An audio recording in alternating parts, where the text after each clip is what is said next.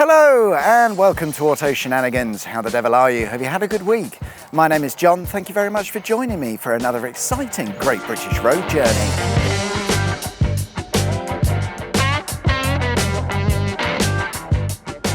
This week I've come to Hertfordshire, a county that I think is a bit conflicted. On the one hand, you've got overrated and overpriced properties in places like St Albans and Hitchin, and on the other, you've got Stevenage.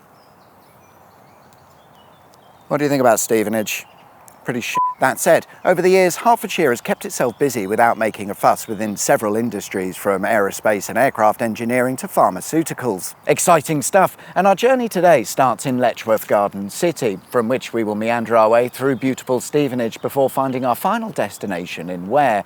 Of course, along the way we'll be stopping in to take in some of the sights, and to help navigate our way around we'll be using my 1923 Michelin guidebook, period correct maps, which is good because back then most of Stevenage didn't exist.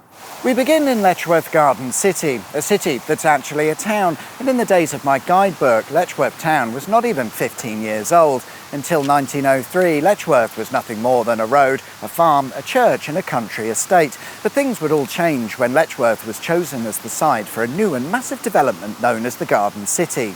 It was all conjured up by a guy called Ebenezer Howard, who came up with what he thought was the ideal plan for a utopian city where everything was perfect, and after raising a lot of cash and buying the land, set about building his dream city. The end result was Letchworth Garden City, but it's a town, and when they built it, they constructed something that the country had never seen before. A roundabout. Known as Solershot Circus, it was constructed in 1909 and it was the first roundabout built in the UK. Unfortunately, it's not a world first. France and surprisingly the United States beat us to it, and actually this very nearly wasn't a roundabout at all. The original idea was to simply let the 6 roads that are found here converge at some sort of junction, but at the last minute this was revised to include a traffic island. The thing is, it still wasn't really a roundabout as we know it. Yes, there was a traffic island in the middle for traffic to go around, but you could go around it in any direction that you wanted, making it no better than having a junction. It wouldn't be until the 1920s that a one-way system was introduced. Our next destination is the town of Hitchin, but rather than take the direct route via the A505, we're going to go via the back roads because there's a couple of things I want to take a look at. The first thing is mentioned in my guidebook and is found just on the outskirts of Letchworth.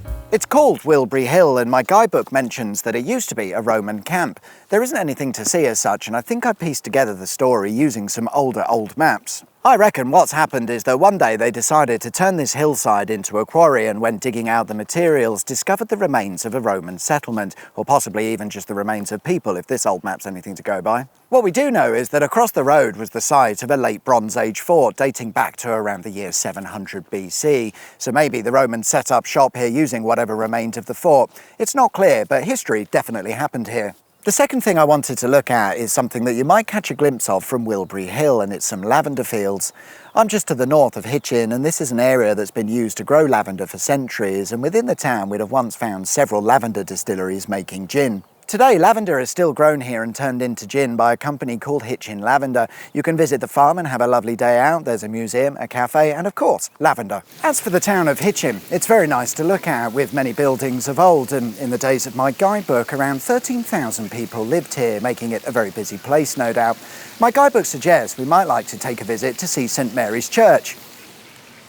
There it is. Great, moving on then, and we'll be heading along the A602 towards Stevenage, but it's not that simple because in the early 1990s a bypass was built around the village of Little Wymondley, so we'll need to turn off the A602 in order to follow the original route. This bypass caused a bit of a problem for certain residents of Little Wymondley, and they staged a protest in a bit of an odd way. Women in the Hertfordshire village of Wymondley have decided en masse to impose the ultimate sanction on their husbands. To put it bluntly, they've banned sex. The reason? They want to make sure that their men are fighting fit for a march later this week to protest at the government's delay in giving the village a bypass. Yeah, that actually happened. In the mid-1980s, the Wymondley bypass was delayed, leading to a protest march with a bit of an odd approach. Did it work? I doubt it, but either way, the bypass was built and completed by 1992. Once you leave Little Wymondley, you get a sharp change of scenery from lovely countryside to Stevenage. However, in the days of my guidebook, Stevenage was probably quite a nice place with a population of only around 5,000 and a town that was made up of only 2 roads, a stark contrast to the Stevenage we know today. So what went wrong?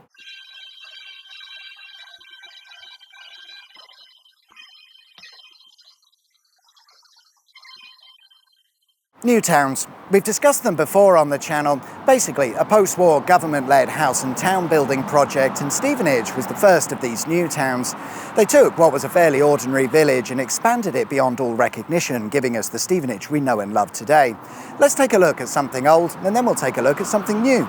My guidebook suggests that maybe we'd like to visit St Nicholas Church, which is said to be the site of the first settlement in Stevenage, established sometime in the 7th century. So I suppose this is the original Stevenage, but the church buildings we see today date back to around the 13th century, and it's had various modifications made over the last few centuries. Today, the church is surrounded on 3 sides by New Stevenage, including a housing estate named St Nicholas, and the church is perhaps one of a few places in Stevenage that offers a glimpse into the town's past. Next up is an evil villain's lair, or at least that's what it looks like as you drive past it on the A1. This would be a newer addition for Stevenage, and it's the GlaxoSmithKline Medical Research Centre. It was built in the mid-1990s and employs around 3,500 people, and I don't know about you, but it's hard not to be suspicious of a massive pharmaceutical company with its research centre. I'd like to tell you about what it is they do here, but perhaps unsurprisingly, details are hard to find, but we can at least appreciate the interesting architecture, which at the time of construction cost £870 million. We'll be heading away from Stevenage, thankfully, via the A602, which will take us through the village of Watton-at-Stone. Looking at the old maps, we need to head down the B1001. However, today, this has been renumbered as part of the A602, where there's a really nice example of an abandoned road to be found. Here's a handy video to tell you all about it. Just before we get to Ware, I've taken a slight detour to the village of Wadesmill, which is found to the north of Ware, because it's here that we find the first turnpike or toll road in the country and possibly the world. It was set up in 1663 as a way of controlling the traffic heading in and out of Ware. Even back then, traffic was a problem because Ware was an industry leader in a particular product that meant a lot of transporting of goods. The house you can see behind me was the building used to collect the fees from the various travellers. So what was this particular product that Ware was making a shitload of? Malt. By the late 1800s, there were well over 100 malt kilns throughout the town, more than twice the amount of any other town in Hertfordshire. Not bad, considering Ware was just a small town with a few thousand people. The town's position between London and the malt-growing fields of Suffolk made it the perfect place to set yourself up in the malt business, and Ware quickly became well known for producing brown malt, a malt that's cured at high temperature over a wood-burning kiln. If we take a look at an old map, we can see that malt houses and malt kilns appear all over the town, but sadly today, that's no longer the case. The last malt company in Ware, situated here alongside the River Lee, closed in 1994 following a bit of an economic downturn. It was known as Paul's Malt, a company that was set up in 1842, and they're still trading today, but instead are now based in Bury St Edmunds, a lot closer to the malt-growing fields of Suffolk. A short distance up the River Lee and across the road from where we find Ware Weir is another one of GlaxoSmithKline's evil layers or headquarters. However, the pharmaceutical industry would kick off in Ware in the late 1800s with a company called Allen and Hanbury. They took over an old mill in Ware so that they could manufacture their products under the brand name Allenbury's, and it was mainly a range of medicinal pastilles featuring menthol, eucalyptus and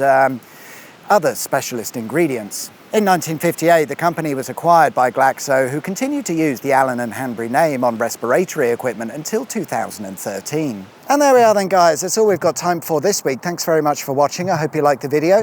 If you did, there is, of course, a button specifically for that. And if you haven't subscribed already, please consider doing so. That would be wicked sweet awesome. Enjoy the rest of your week, whatever it is you get up to. My name's John. You've been watching Auto Shenanigans, and I'll see you guys next time for another exciting Great British Road Journey. Until then, take care. Bye-bye.